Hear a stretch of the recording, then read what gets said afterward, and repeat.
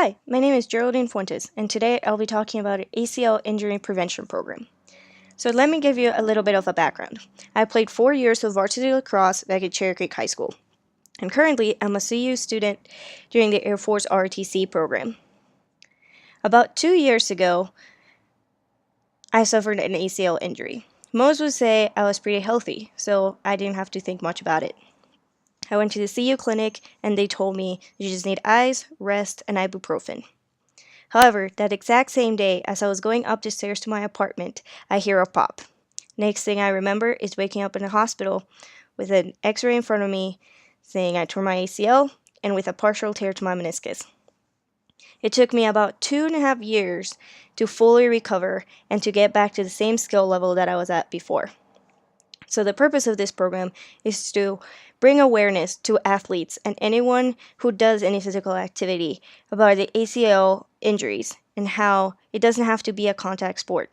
You can just be doing something and it tears, and hopefully save them from having a $50,352 procedure. So let's talk about the goals for this program. There is 2 phases for this. Phase number 1, the main purpose will be research. Phase 2 will be education.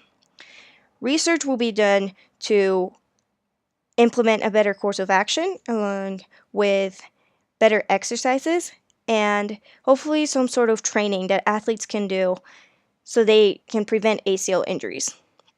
The second portion will be education, educating coaches, sports officials, and athletes about the injury and possible complications that you can have.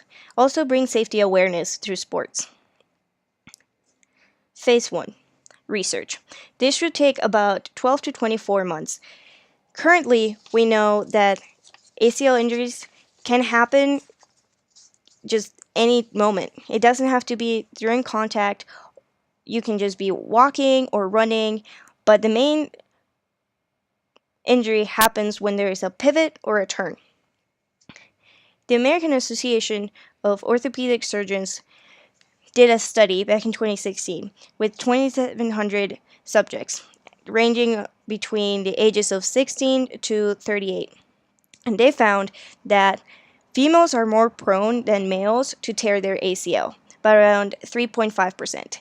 And by 4.4%, a re-tear can occur either in the same leg or a different leg. Young women are 2 to 8 times more prone than young men to re-injure their ACL after surgery. Also, the size of the skin, the graft that you use, and the procedure that you take will show likely if you're going to have a re-tear or not.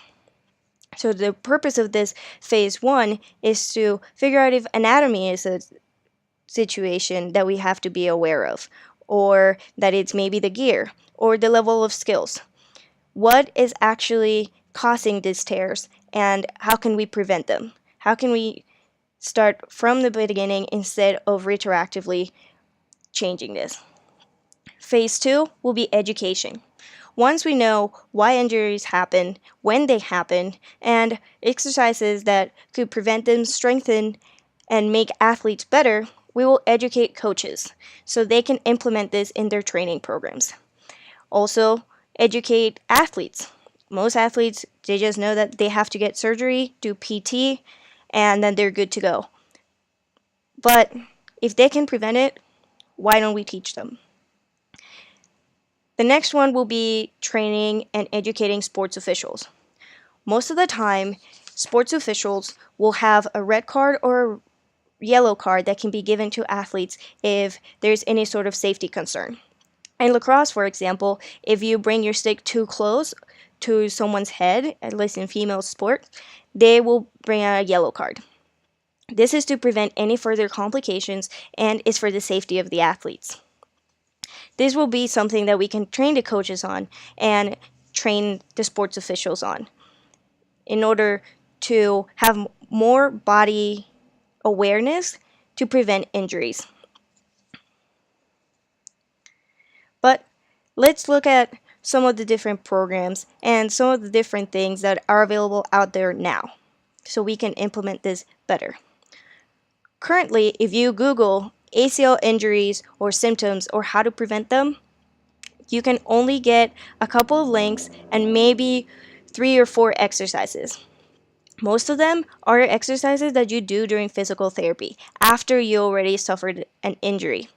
And they're mostly triggered and focused on strengthening your quad muscles and anything that will be around your knee. There's not really a lot of information out there for athletes or coaches or even parents to help their kid. They just know that ACL injuries don't have a definite answer, that they happen if you're just lucky or just unlucky. ACL injuries are not a definite answer. There's not a lot of information out there, but they are about 200,000 knee surgeries a year, according to the American Association of Orthopedic Surgeons. So, how about we go to the Center of Disease and Control Prevention? Their main purpose is to prevent injuries and bring awareness to any athlete and people about diseases. If you look up anything regarding ACL injuries or any prevention actions, their website already has an article on prevention, but it has not been updated since 2008. But we can change this. There's already a program called Heads Up for the concussion program. There's a lot of links and available information to coaches, athletes, sports officials, why it happens, symptoms, how to prevent them, anything that you can imagine. And this is done by the CDC. Our purpose will be to create a website and links available to athletes and everyone out there, just like the Heads Up program. It will follow the same tabs, have fact sheets, have links, have information, have doctors that are in your area available for their questions and anything that could help them out. It doesn't matter if you have the injury or want to prevent it, anything at all. It will have a tab and a link available to it. This will be one of the products of our project.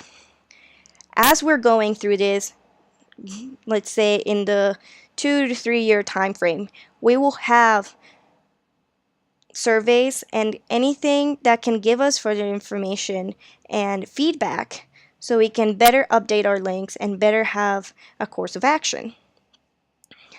So, let's talk about the main goals again.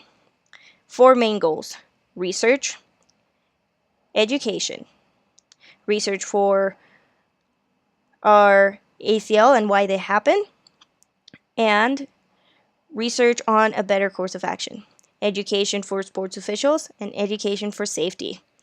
This is my sophomore year playing lacrosse. This is when I realized the sports that I was getting into. This was our state qualifying finals, and about 4 to 5 girls in the other team suffered ACL tears, and 2 people in my team suffered ACL tears. As you can see, you just wear a brace and you hope that nothing happens, but you play the game. Let's play the game and prevent others from tearing their ACL. Let's do the ACL injury prevention program.